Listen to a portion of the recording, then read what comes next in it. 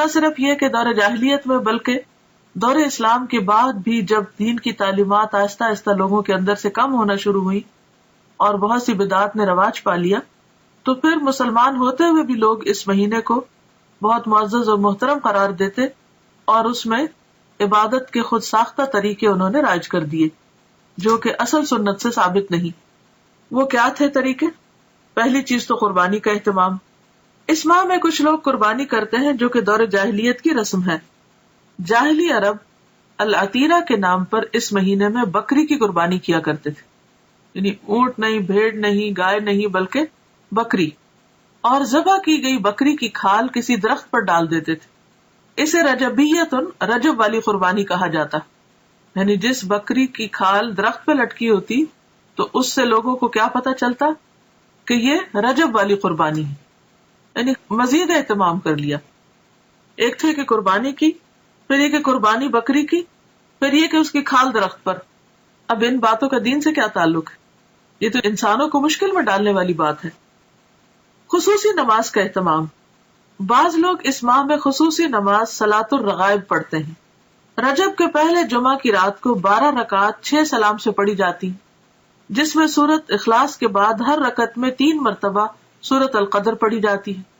یہ بدعت 4 صدی میں شروع ہوئی جس کی کوئی اصلیت نہیں۔ امام ابن تیمیہ لکھتے ہیں کہ تمام علماء نے اجماع کے ساتھ اس نماز کو موضوع یعنی من گھڑت قرار دیا ہے، یعنی اس کی کوئی اصل نہیں ہے دین میں۔ دین تو مکمل ہو چکا ہے۔ نبی صلی اللہ علیہ وسلم ہر روز تہجد کی نماز پڑھا کرتے تھے، اور اس میں کبھی بھی یہ نہیں ملتا کہ آپ نے کوئی مخصوص سورت ہی پڑھی ہو اور پھر اس میں یہ کہ ہر رکعت میں وہ سورت 3 بار پڑھی ہو، جیسے یہاں پر انہوں نے سورت اخلاص اور اس کے بعد ہر رکعت میں 3 مرتبہ سورت القدر پڑھنے کا لکھا ہے، اور کئی لوگ بڑی پابندی کے ساتھ اس کو پڑھتے بھی ہیں، اور پھر اس کے ساتھ بہت سی من گھڑت قسم کی فضیلتیں اور فائدے بھی منسوب کر دیے گئے ہیں۔ تو اسلام میں اس کی کوئی حقیقت نہیں، نہ قرآن میں اس نماز کا ذکر ہے، نہ نبی صلی اللہ علیہ وسلم نے اس نماز کی تاکید کی ہے یا تلقین، اور نہ ہی اس کا وجود ہے کسی بھی حدیث یا فقہ کی کتاب میں۔ یہ سراسر لوگوں نے خود گھڑ لی۔ عبادت کا صرف وہی طریقہ پسندیدہ ہے، عبادت وہی قابل قبول ہے جو اللہ اور اس کے رسول کی اتھارٹی کے ساتھ ہو، ان کے حکم کے مطابق ہو۔ خود سے عبادت کے طریقے ایجاد کرنا اللہ کی اتھارٹی میں یا اللہ کے حکم میں دخل دینا، اور یہ انتہائی غلط چیز ہے کہ جس کام کے لیے ہم انٹائٹلڈ ہی نہیں، جو ہمارا کام ہی نہیں، اس میں انٹرفیئرنس کیسی؟ عبادت کے طریقے بتانا صرف معبود کا کام ہے، عابد کا کام نہیں۔ عابد بندہ غلام تو صرف پیروی کرے گا، اطاعت اور فرما برداری کرے گا، وہ خود سے وہ قانون نہیں بنائے گا، تو اس چیز کی کسی کو بھی اجازت نہیں۔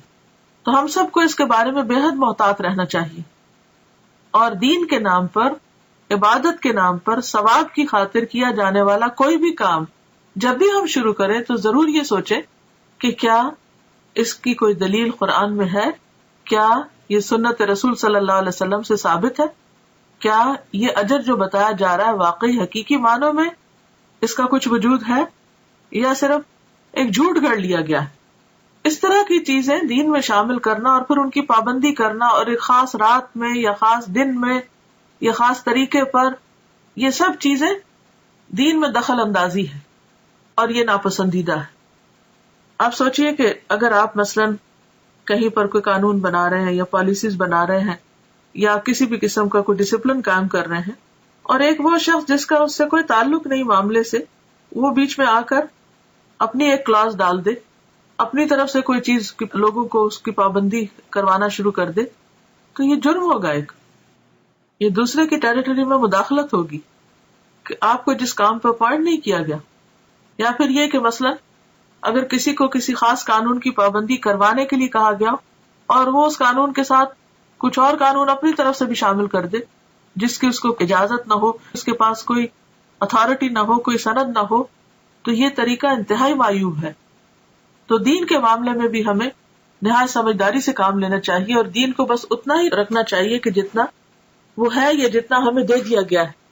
اگر ہم کچھ چیزیں اپنی طرف سے شامل کریں گے تو ایسا کرنا دین کو بوجھل بنانا ہوگا، مشکل بنانا ہوگا، اور لوگوں کے لیے زندگی کو دوبر کرنے کے مترادف ہوگا، اور یہ انتہائی ناپسندیدہ بات ہے، کیونکہ ہمارے لیے اتنا ہی دین کافی ہے جتنا ہمیں اللہ اور اس کے رسول صلی اللہ علیہ وسلم نے دے دیا. اس کی پابندی بھی ہم پہ بڑی بھاری ہوتی ہے، کہاں یہ کہ ہم ایکسٹرا چیزیں شروع کر دیں. پھر عمرہ کا اہتمام.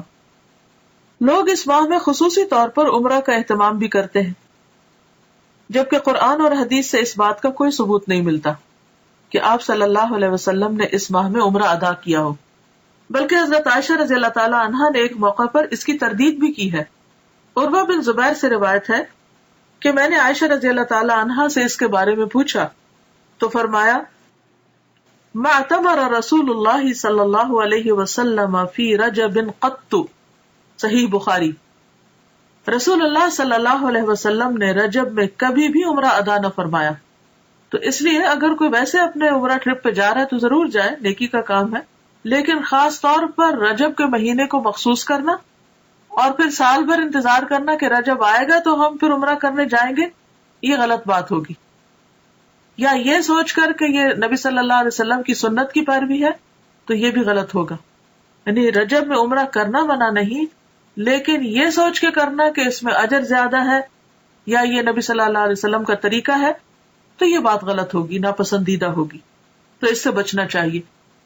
پھر وہ عمرہ نہیں رہے گا، بدعت کا ایک کام ہو جائے گا جس پر انسان کی پوچھ ہو سکتی ہے، کیونکہ حدیث میں صاف طور پر آتا ہے نا کہ کل محدثۃ بدعہ، ہر نئی ایجاد کی ہوئی چیز بدعت ہوتی ہے.